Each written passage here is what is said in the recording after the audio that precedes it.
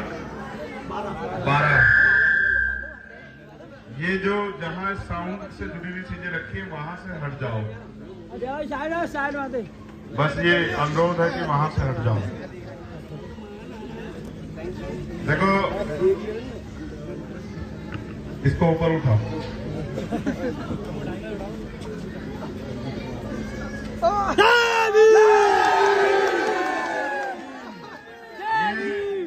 रंजीत है, आपका अपना बच्चा, आपका अपना बेटा, आपका अपना भाई।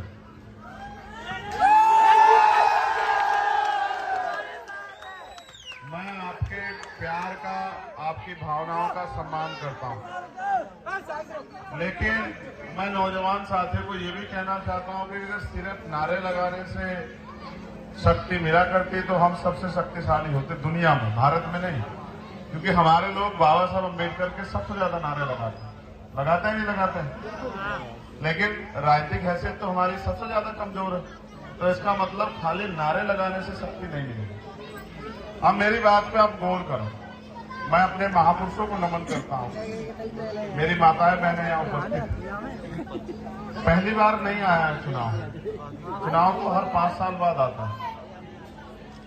उससे पहले भी आता है चुनाव, कभी विधानसभा का, कभी लोकसभा का, कभी और कोई अन्य चुनाव आते रहते हैं। लेकिन चुनाव इसलिए आते हैं कि जनता के हाथ में शक्ति आती है कि जनता तय करे कि वो अपने क्षेत्र का नुमाइंदा, नेता कैसा चाहती है।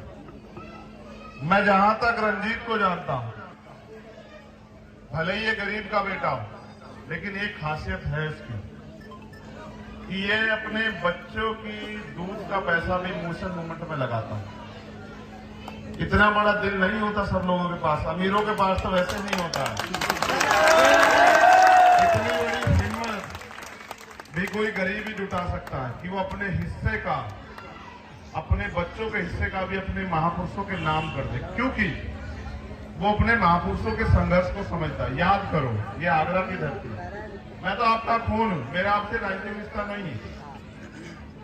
आपने, सच है, अभी तक आपने मुझे राजनीतिक ताकत नहीं दी है, अभी तक आपने दूसरे लोगों को दी। अच्छी बात है, देनी भी चाहिए, मगर ये बताओ, जैसे उनको ताकत दी है तो मेरा कसूर क्या है? मैं भी तो आपका एक खून हूं। जब आप दूसरों को ताकत दे सकते हो तो अपने खून को क्यों नहीं दे सकते हो? बताओ। आप ताकत रंजीत को थोड़ा ही दे रहे हैं, आप ताकत सविता बहन जी को थोड़ा ही दे रहे हैं, आप तो ताकत चंद्रशेखर आजाद को दे रहे हैं। मैंने आपसे नहीं कहा विधानसभा में, मैं इस गली में नहीं आया कि मुझे ताकत दो। आपको लगता था कि हमसे जुड़े हुए दूसरे लोग ताकतवर हो सकते हैं, लेकिन मैं आपसे कह रहा हूं, ये शहर का चुनाव, नगर का, आपको नगर की सरकार बनानी, आपका पार्षद कैसा हो ये आप तय करेंगे। वो आपके बिजली, पानी, सड़क, सफाई, स्कूल की लड़ाई कैसे लड़ेगा ये आप तय करोगे। मगर बाबा साहब अम्बेडकर ने जब वोट का अधिकार हमें दिया तो ये थोड़ा ही कहा कि सिर्फ अमीर के बच्चे आगे बढ़ेंगे या पैसे वाले लोग ही राज करेंगे। उन्होंने तो ये कहा ना कि इस वोट की शक्ति है, उन्होंने तो कहा ये बात जब उन्होंने वोट का अधिकार हमें दिला, कहा आज मैंने रानी का पेट चीर दिया है, आज के बाद राजा आपकी वोट से तैयार होगा। मैं नहीं आया आपके यहाँ कभी वोट मांगने, क्योंकि मैं तो आपका खून हूं, मैं तो लड़ूंगा जब तक जिंदगी रहेगी।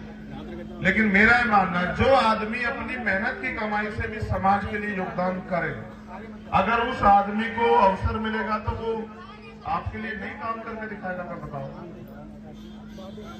अगर आपको ये लगता हो कि मैंने इतना सा भी संघर्ष किया इस लड़ाई को लड़ने के लिए, बाबा साहब के आंदोलन को चलाने के लिए, तो इस शहर की सरकार में मेरी हिस्सेदारी करवा देना। अपने वार्ड से 4 तारीख को केतली का बटन दबा देना पार्षद पे। इधर आपने पार्षद का बटन दबाया केतली का, इधर अमीरों को झटका जोर का बड़े प्यार से लगेगा। उनको लगता है कि गरीब कीड़े मकोड़े हैं और ये इनको रोजी रोटी सम्मान मिले ना मिले कोई फर्क नहीं पड़ता। मगर मेरा ऐसा मानना है कि बाबा साहब ने संविधान को लागू कराने के साथ ये सपना देखा था कि इस देश में व्यापक सामाजिक, आर्थिक, राजनीतिक गैर बराबरी खत्म हो जाएगी। आज तक भी नहीं खत्म हो पाई, इसलिए वो गैर बराबरी खत्म हो, उनका अधूरा सपना पूरा हो, तो उनके बच्चों को कुछ ना कुछ कुर्बानी देनी पड़ेगी। तो मैं यहाँ बहन सविता सिंह जी के लिए और अपने छोटे भाई के लिए मैं आपसे मदद मांगने के लिए आया, गरीब के बेटे के लिए, कि उसकी मदद कराना। देखो मैं सब बताऊं, मैं तो सब में बैठता हूँ, गरीब